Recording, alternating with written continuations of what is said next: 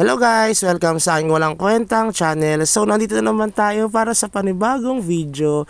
Medyo matagal para tayo hindi nakapag-upload. So ito pala ay guide lang or sharing of experience sa mga gustong mag-Mount Pulag, the third highest mountain in the Philippines. So ito ay sharing lang kung gusto nyong panoorin. Pwede naman, kung ayaw nyo panoorin, pwede nyo naman din skip. So, let's go. Ito pala ay orientation lang kasi pagdating niya sa Mount Pulag, guys, meron ditong orientation sa DENR. Parang i-orient lang kayo mga dapat nyong gawin at mga hindi nyo dapat gawin sa taas ng Mount Pulag. Diyan na rin kayo mag-register lahat ng participants ng aakyat sa Mount Pulag. Tapos 15 minutes na video, tapos 15 minutes na orientation proper ng gagawin ng DENR employees, no? So almost 30 minutes yan, guys, or more than 30 minutes, less than 1 hour. After na orientation, meron pang almost 2 hours na biyahe para makarating dito sa Mount Pulag Ranger Station. So dito na rin yung homestay, kumain at the same time nagpicture ng konti. Maraming bilihan dito, guys, no? Tapos mga around 5 PM pumunta kami doon sa isang spot para ma-witness naman yung sunset.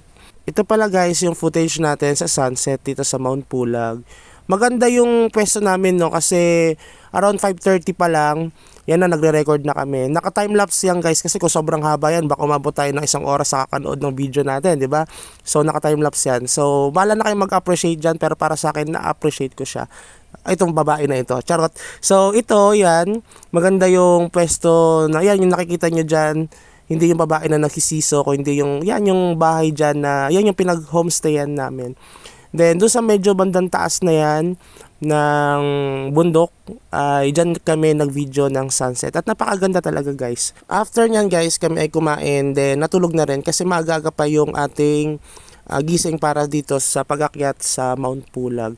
So time check muna tayo, around 1 AM na ng December 29, Monday ngayon. So inakyat natin. So December, 'di ba? Napakalamig niyan, guys, sobra.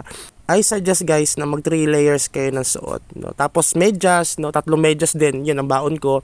Tapos mag-bonnet kayo kasi ang mali ko diyan, hindi ako nag-bonnet, nag-cap lang ako. So medyo nilalamig yung tenga ko. Although may cover naman siya, pero malamig pa rin, iba pa rin yung lamig niya. Tapos nakatulong sa akin yung heat bar sa pagpapainit ng kamay ko kasi lamigin nga ako ng konti.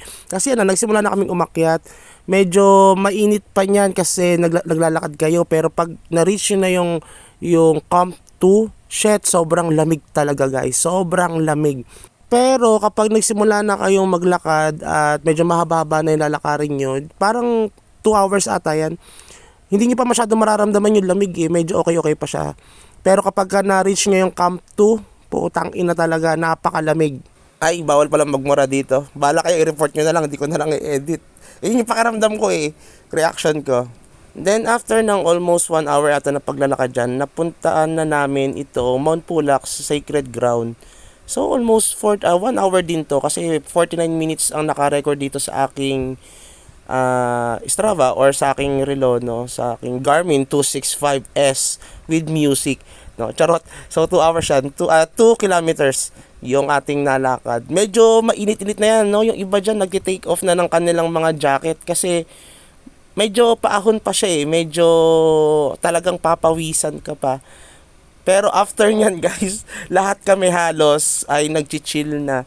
Kasi after nyan, babagtasin na namin yung Camp 2, no, papunta sa Camp 2. Almost 3 kilometers din yung additional nyan. So in total of 5 kilometers, konti na lang marireach natin yung summit doon. So ibig sabihin nun, malamig na siya. Biruin mo, 'di ba? Naglakad kami from Camp 1 to Camp 2 na almost 1 hour din. Tapos nadagdag ay 3 kilometers. So yung mga panahon na yon, talagang lalamigin ka na sobra kasi manipis na yung hangin, tapos medyo mataas na. So talagang isusuot mo na ulit yung jacket mo dahil sobrang lamig na niya. So yung mga sanay sa cold treatment ay siguro hindi nyo masyadong ramdam ito, pero yung mga katulad namin mga hot ay hindi na ramdam namin yung lamig dito, guys.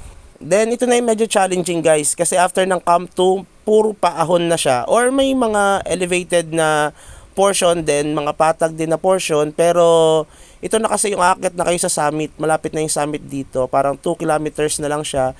So asahan mo na puro paahon siya talaga. medyo mahirap na rin pala ang pag-akyat dyan dahil numinipis na yung hangin, so medyo mahirap nang huminga, tapos dagdagan mo pa ng sobrang lamig, so talagang babagal kayo sa pag-akyat. So ang estimate namin dito, around 14 to 15 kilometers, siguro abot siya ng 16 kilometers kung aakyatin nyo yung tower.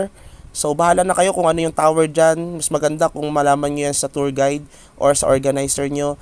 Tapos estimate namin 7 hours to 8 hours from homestay to summit, then summit to homestay, guys. So nandito na kami, nakita nyo naman, narating na namin yung Mount Pulag, almost 7.7, tapos 3 hours and 14 minutes, so, around 5 a.m. na ata yan or 5:30 a.m. malapit nang mag sunrise, guys. So na-reach na namin ang Mount Pulag, the third highest mountain in the Philippines.